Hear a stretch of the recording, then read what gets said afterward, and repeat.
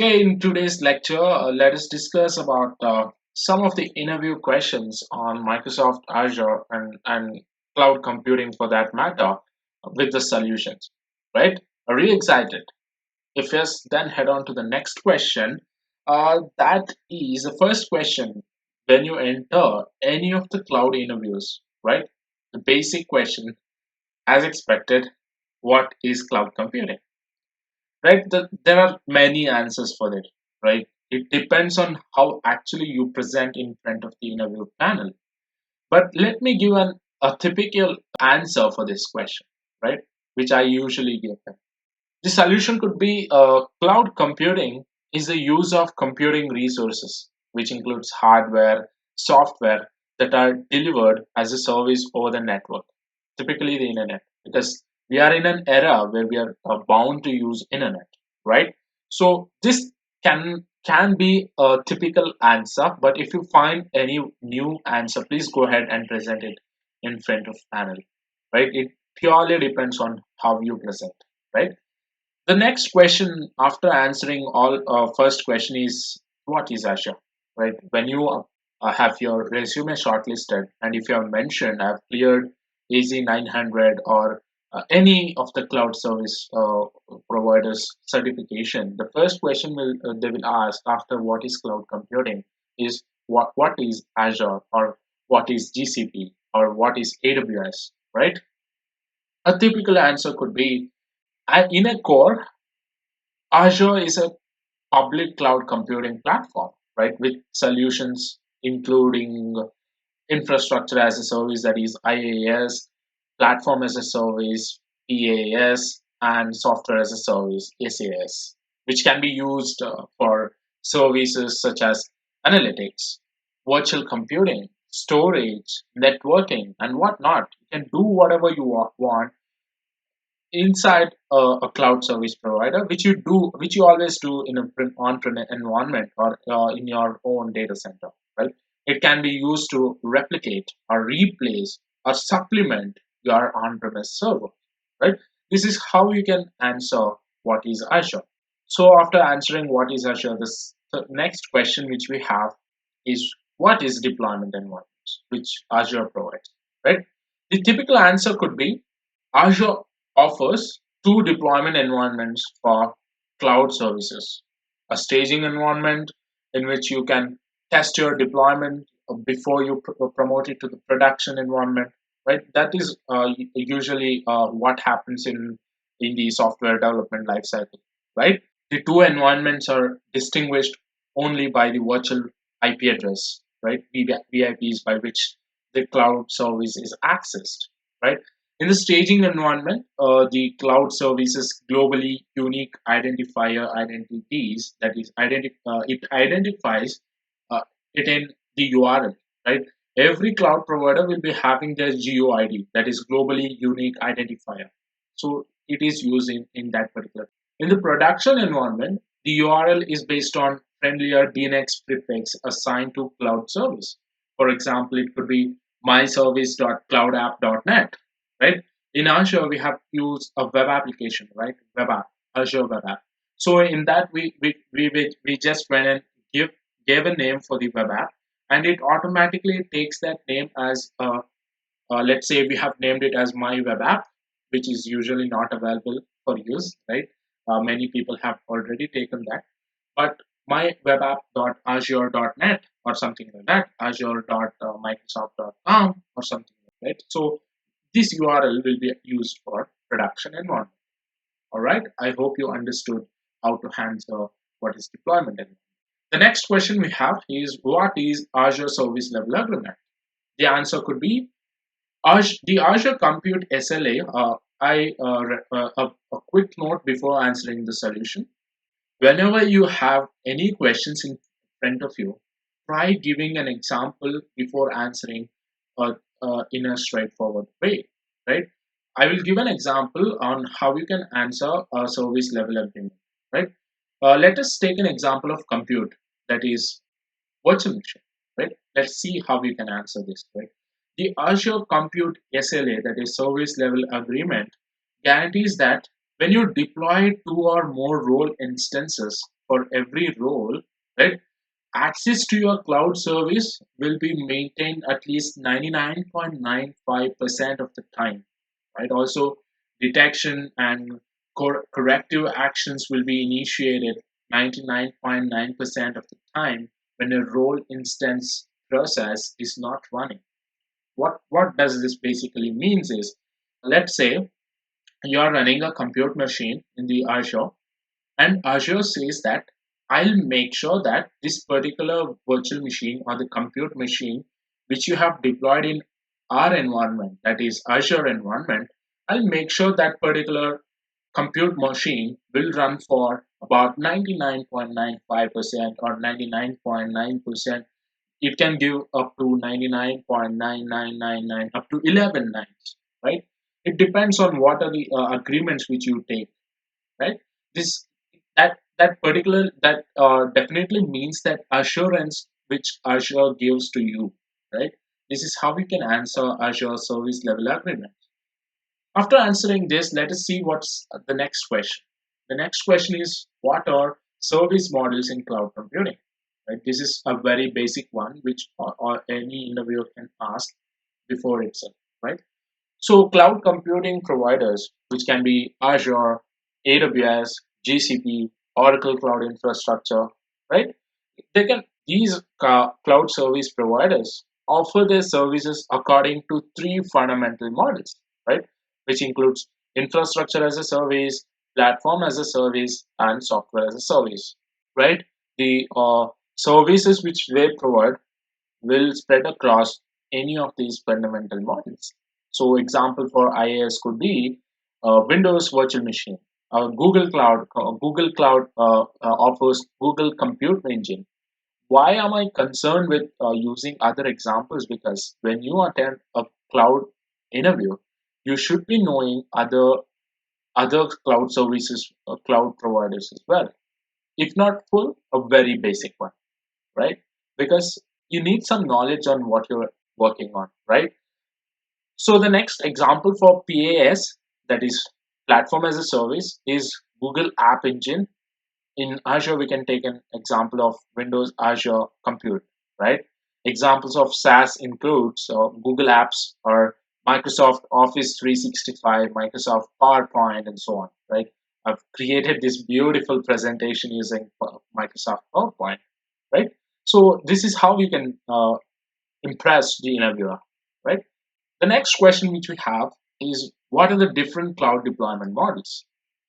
And again, the a note here, cloud deployment models is different from cloud service models. These are service models, and the answer or the solution which we give for the deployment models is like this.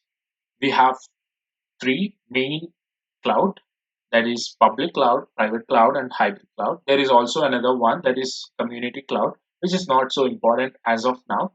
As of now, let's concentrate only of these types, right? Public cloud, here computing services are offered through third-party providers across the public and internet and server, right?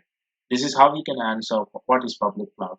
And private cloud, here computing services are offered either over the private internal network or the internet only to the selected users, right? That is very important here. And the hybrid cloud, here the cloud computing environment combines both public and private, allowing to share data and applications between them, right? I hope you got how you can answer the different deployment models. The next question we have is, what is an availability set? And when you think of availability set, where did we use availability set, right? I got it. We used the term availability set when we were deploying virtual machines in Azure, right? If I'm not wrong. So let's see what's the solution. Availability set is a logical grouping capability majorly employed for separating virtual machine sources from each other when they are deployed, right? I'm not at all wrong in that. I guessed it right. They are used for building reliable cloud solutions. Obviously, yes, they are used for building reliable cloud solutions, right? The virtual machines placed in the availability set are run across various physical servers, storage units, compute racks, and network switches in Azure. Right? If any failover occurs, only subset is affected, and the overall solutions always stays operational. This is how we can give an example on how to tackle what is an availability set. Right? This is also a basic question when it comes to Azure. Next, we have explain Azure Resource Manager. So this is also a kind of basic but intermediate. Right? Let's see how we can answer what's Azure Resource Manager. Azure Resource Manager is used for provisioning, management, and deployment services in Azure. That is the first thing should come when you hear the word Resource Manager, right? Management layer is used for updating and deleting resources in Azure subscription. You organize related resources in research groups and deploy your resources with JSON templates, that is JavaScript object notation.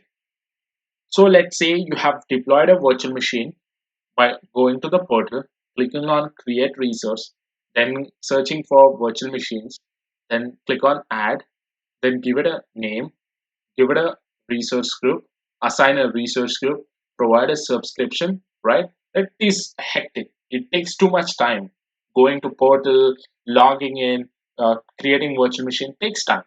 Let's say you want to use that same virtual machine which you have deployed using the portal, then you can do one thing. You can either you can go ahead and download the deployment, right? Then after, you can go ahead and simply copy paste the JSON templates in the Cloud Shell or wherever you want to deploy, right? PowerShell or Cloud Shell. Bash or PowerShell comes under Cloud Shell itself.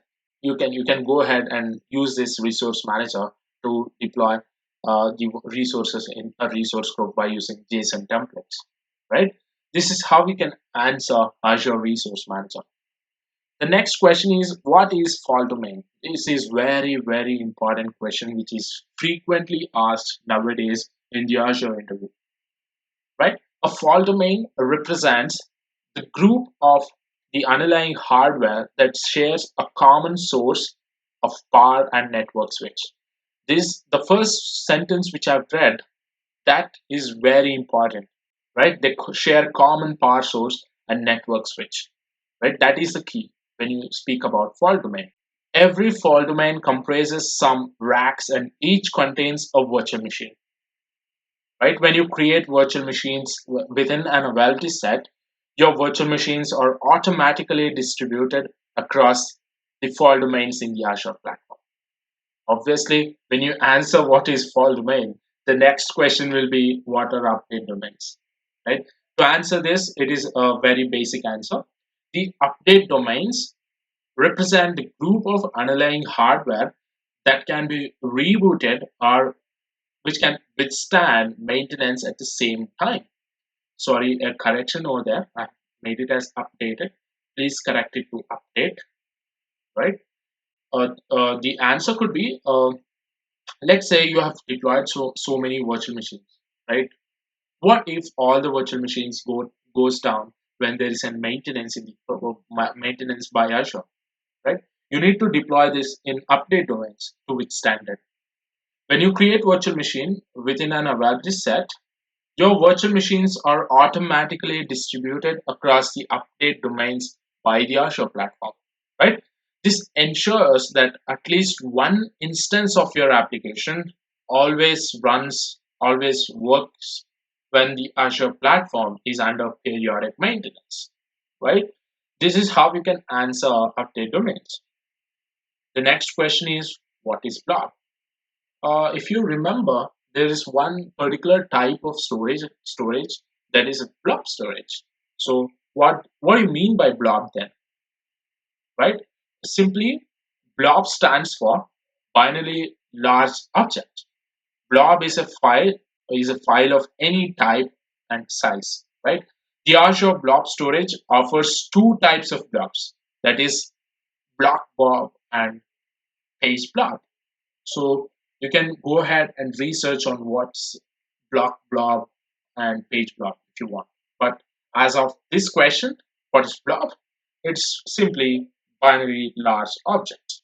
The next question we have is what is Azure DevOps, right? Azure DevOps is a software as a solution platform that provides development services for creating work plans, working together on on the code, developing applications, and deploying them. Right? It offers an end-to-end DevOps tool chain for the deployment and development of software.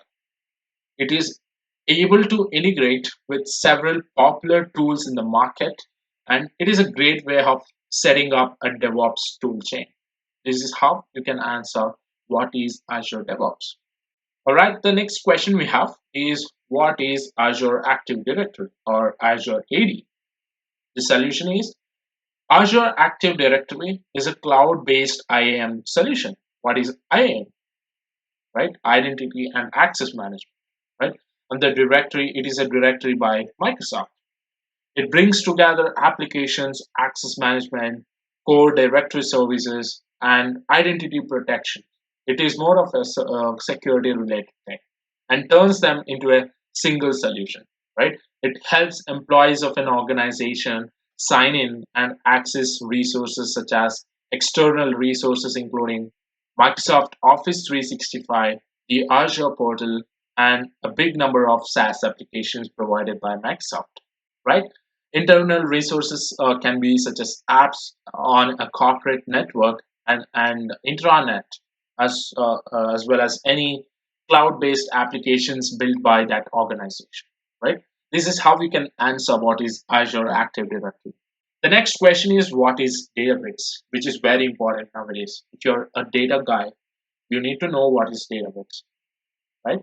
Azure DataBricks is a data analytics platform that offers two environments for the development of data intensive applications. As I said, if you're a data guy, you need to know what is Azure Databricks, right?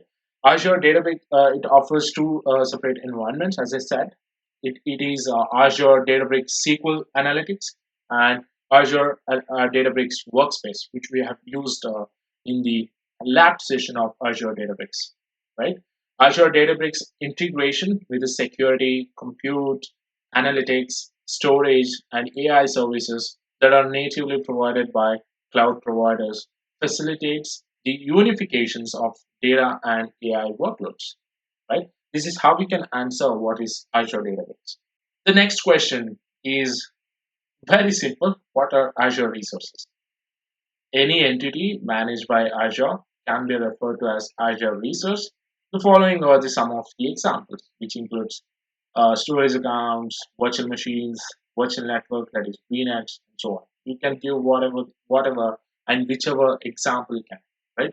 It is very basic question. What are Azure resources? The next question, which is very important when you go to any of the cloud interview, is what is autoscaling? As we are speaking about Azure, it is what is autoscaling in Azure, right?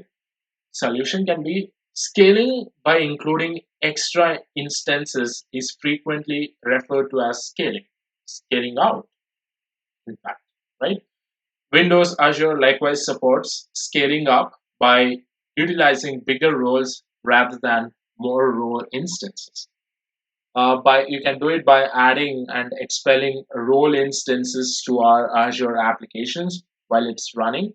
We can adjust the execution of an application against its running cost, right? An auto scaling solution reduces the amount of manual work engaged in dynamically scaling an application, right? Let's take an example. Let's say you are the customer, you are providing services for a banking application. That banking application gets more traffic during the weekdays, right? Then you need to increase servers, right? And the same banking application, it has very less traffic during the weekends. Then less servers are required, right? So what you can do is you can analyze the workload or traffic and you can enable the feature called auto scaling, which scales the resources automatically, right? Whenever the traffic increases, we'll obviously set a threshold for all of these. If you set the threshold, let's say if 80% of the resources are being utilized, then go ahead and spin up another virtual machine, right? Then it will go ahead and spin up a virtual machine if 80% is reached.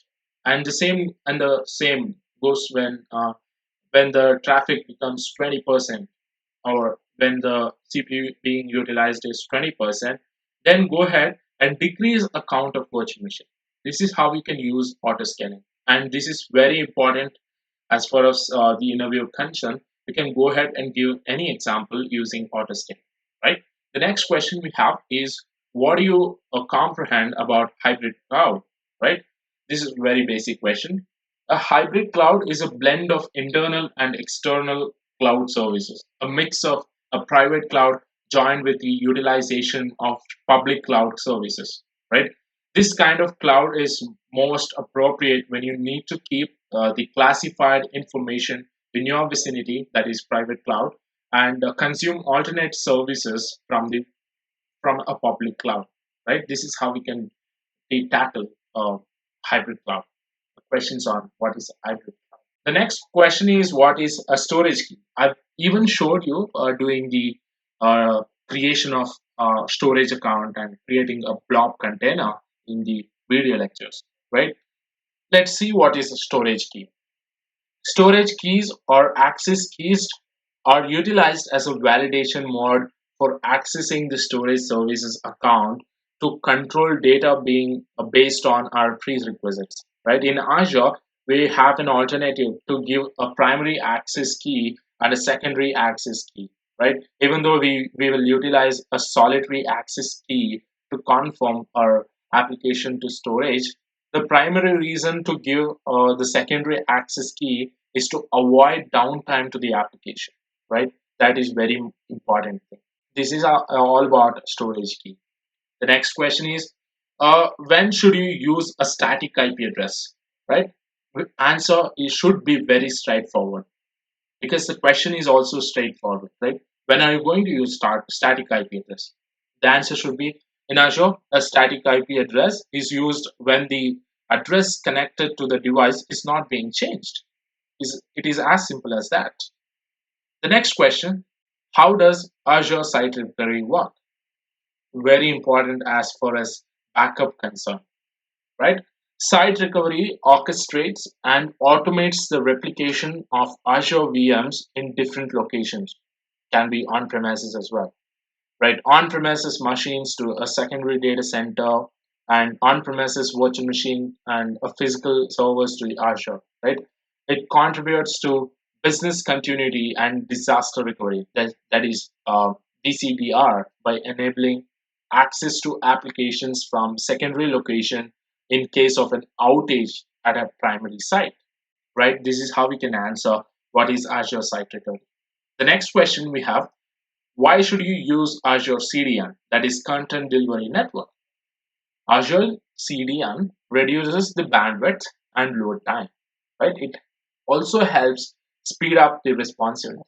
Let us say we have created a replica of YouTube, right? I hope all of you have used YouTube to learn, right? Let us say we have creating a replica of YouTube. Then what happens is that if you upload video files, we have seen websites which go down when you upload an image, a high resolution image. The bandwidth and the load time for that particular website will be more, right? Imagine the case of video, right? High resolution video being uploaded to a site, and it takes a lot of time. What we can do instead is, you can go ahead and use CDN. I don't know what YouTube has used, but obviously it is content delivery network, but I don't know what platform they are running on, right? Azure CDN reduces the bandwidth and load time, right? It helps speed up the responsiveness of a site or a platform, right? This is how we can answer. 22nd question is, explain the benefits of traffic manager. Obviously, Azure Traffic Manager has the following benefits, right? What can a traffic police do, right? He can optimize the performance, right? He can get go of the traffic quickly, right? He can manage the traffic, right? No downtime during the update or maintenance process, right? Easily configurable on Windows Azure portal. These are the benefits of Traffic Manager. How many services are there in Azure? And a quick caution here, the services provided by Azure will be varying from time to time, right? At the time of recording of this video, the Azure has over 6,000 flexible offerings, and it utilizes the data capacity offered by Microsoft for software, platform, and infrastructure as a service. Right? The number 6,000 may vary according to time. So rather, I encourage you to go ahead and know before going to the interview. Right? That is it about the 23rd question is all about how many services are there in Azure. It is a straightforward question, and they expect you to give a straightforward answer as well. And the next question is how many types of backups are there in Azure, right?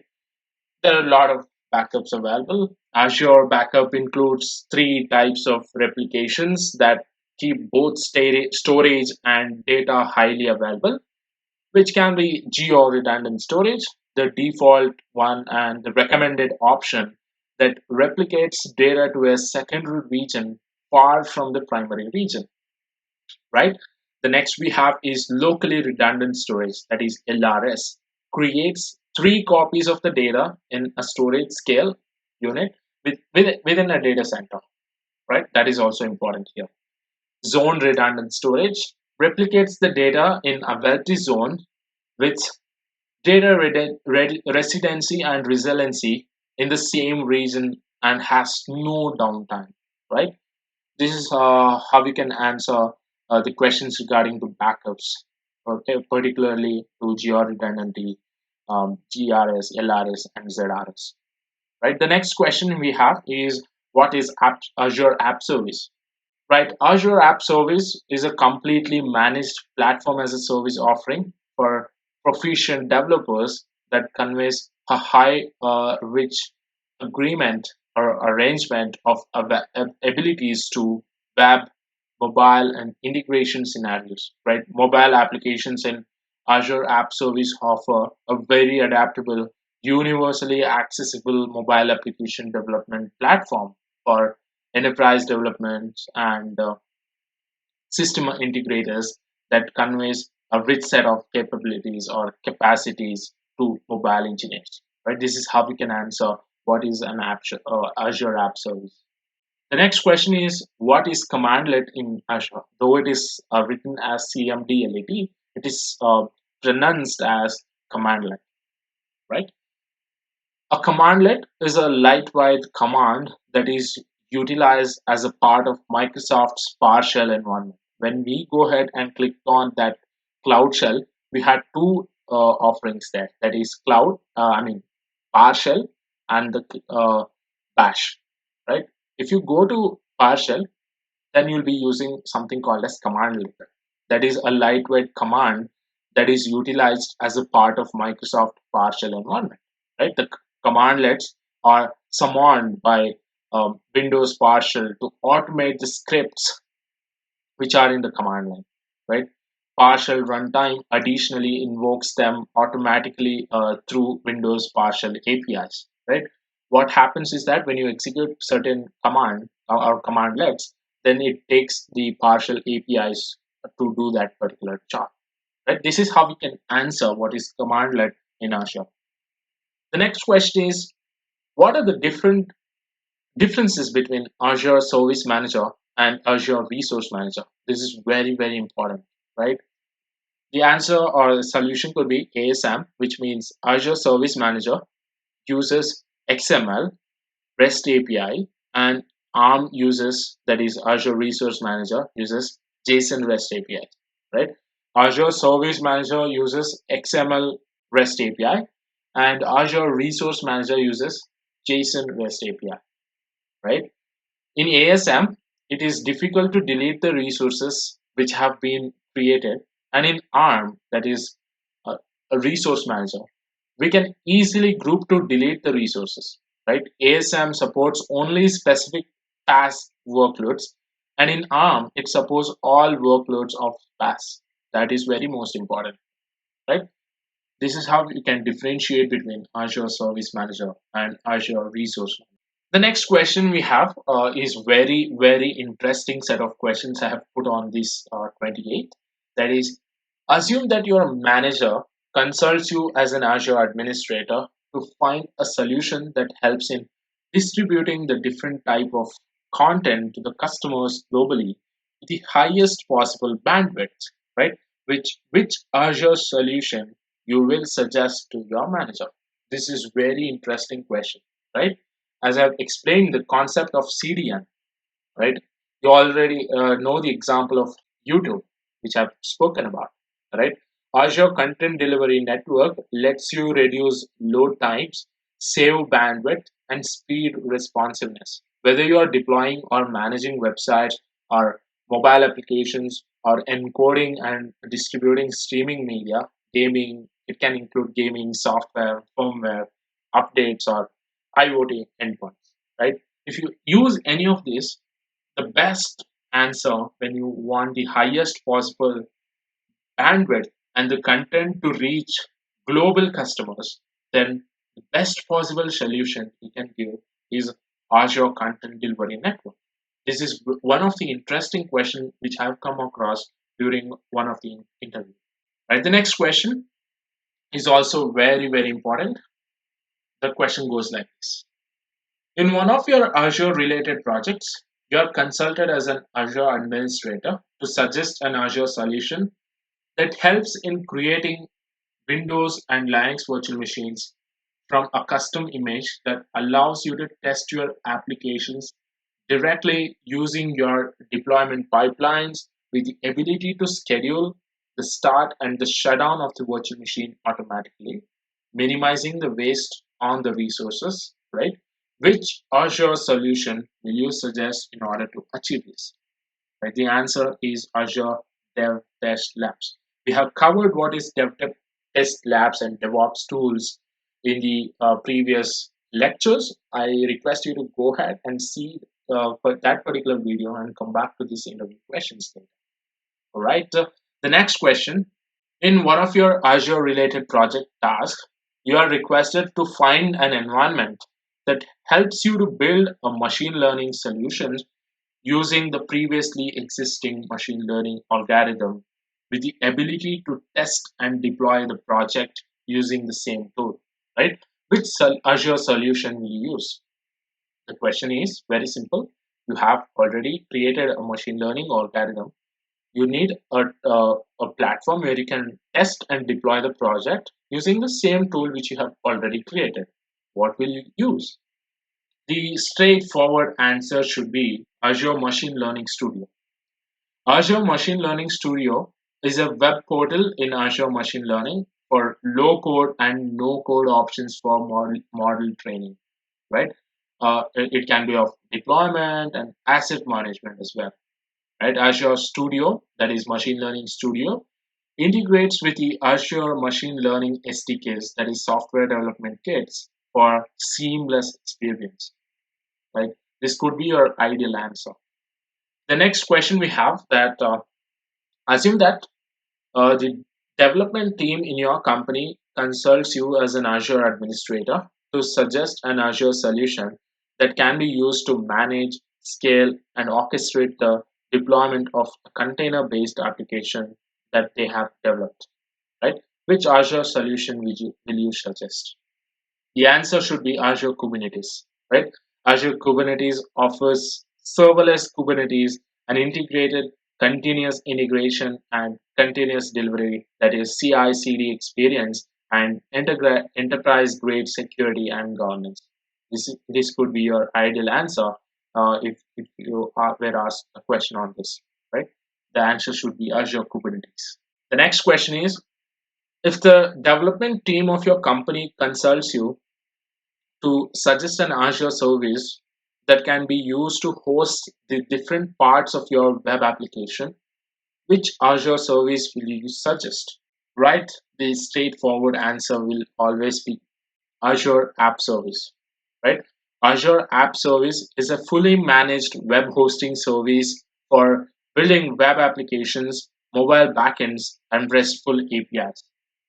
Right? The next question is, as a proactive Azure administrator, which Azure tool will you use to deploy repeatable resources to Azure in the most efficient way? The answer could be Azure Resource Manager templates. I've explained you clearly in the previous questions as well. This is very important. Azure Resource Manager templates are JSON based file, that is JavaScript object notations that define the infrastructure and configuration for your project.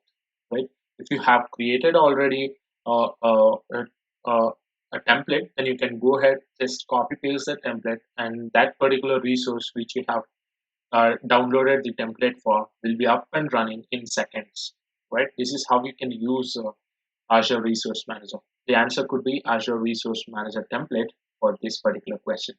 The next question we have, you are planning to deploy several Azure virtual machines to host your applications, right? During the cost calculation phase, what are the two main factors that you will consider while deploying your virtual machines to Azure with the least possible cost? This is very important, right? All the people in the world are interested in saving the cost, right?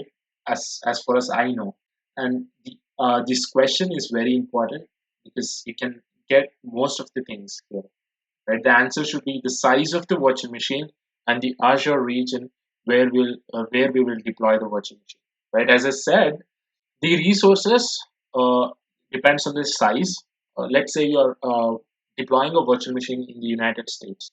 The cost there to deploy the virtual machine is different from you are deploying the same virtual machine in India, right?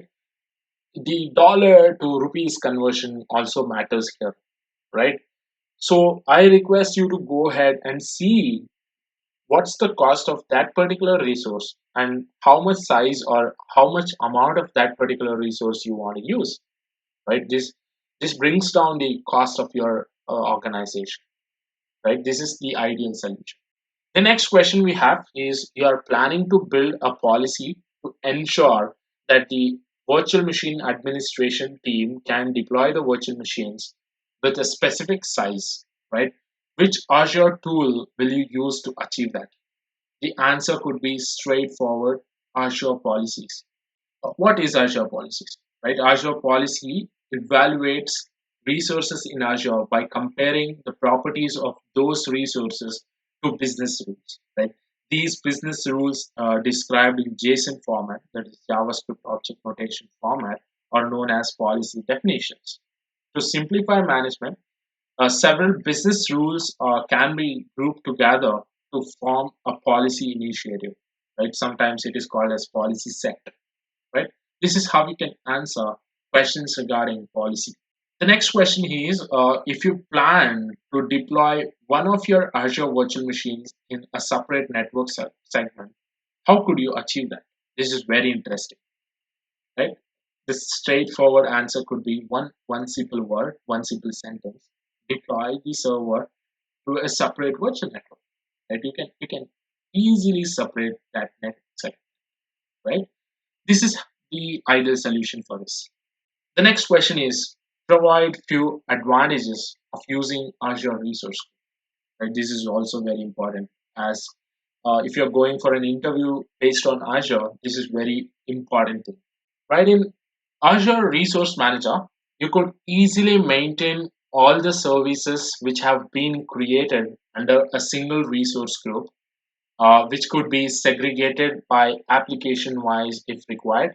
If you require deleting the services, instead of deleting one by one, we can able we can go ahead and directly delete all the services in a single click by deleting the resource group itself, right? Which I did in the previous lecture.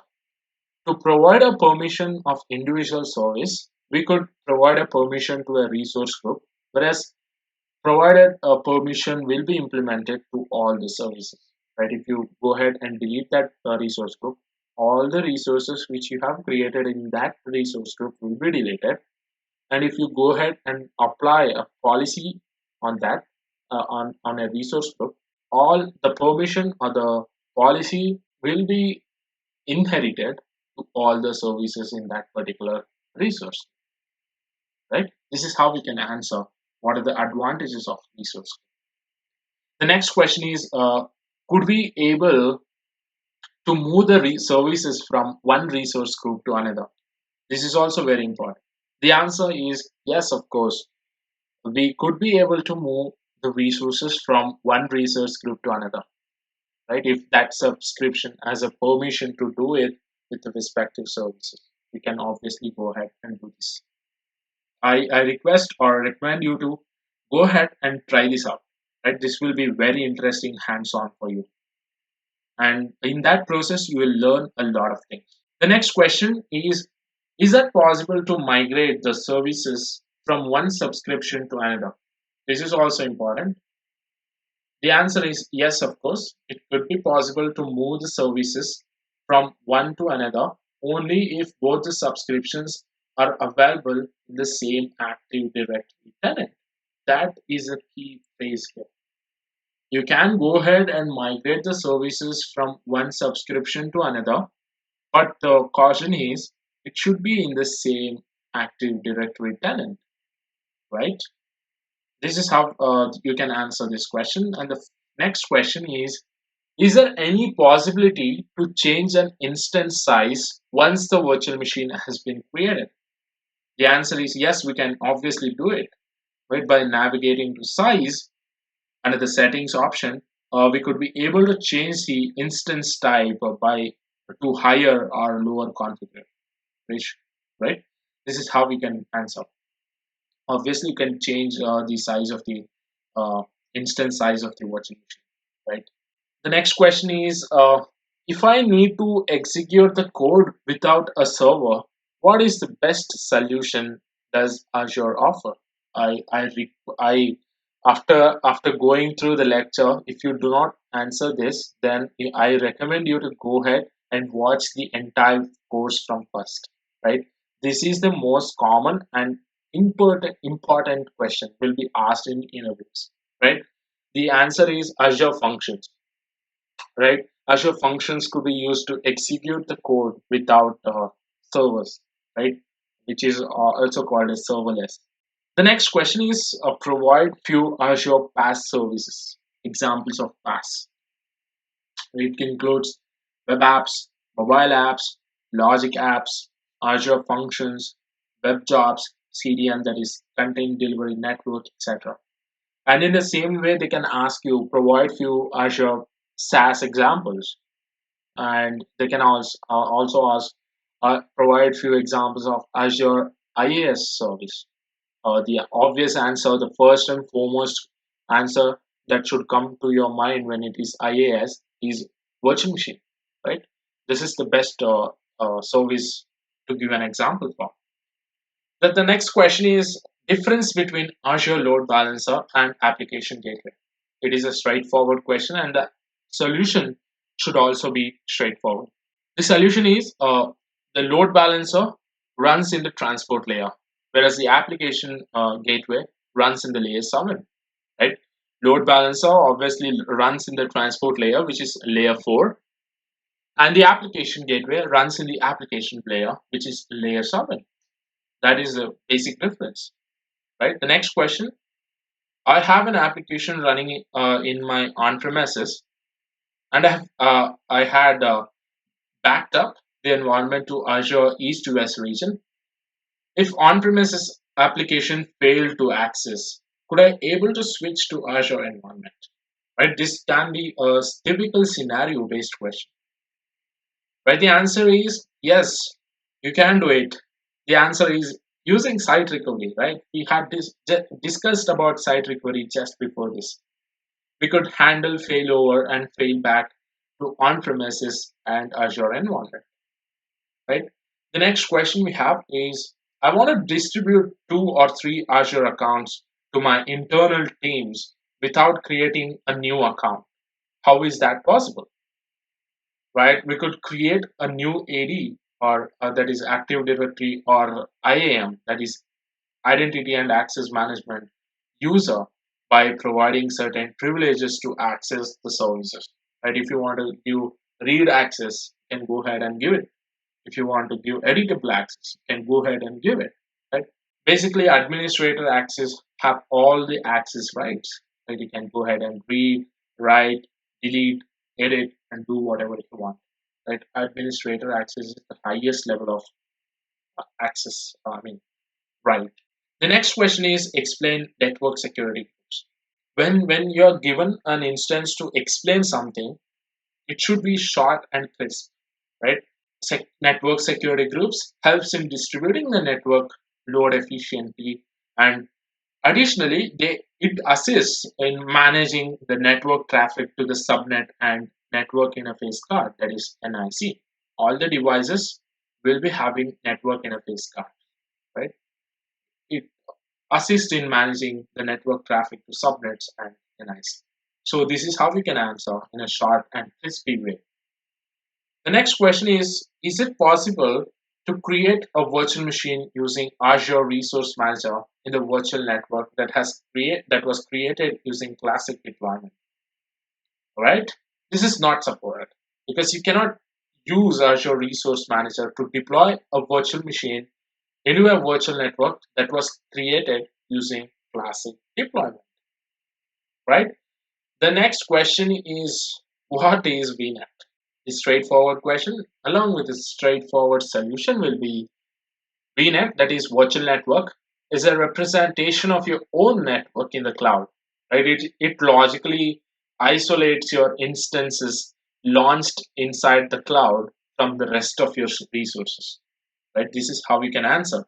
Explain the concept of horizontal and vertical scaling. As far as me, it is very important thing to understand basically, right?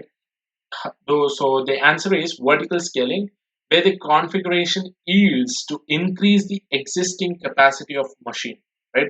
Just like expanding the size of RAM from 4 GB to 32 GB, right?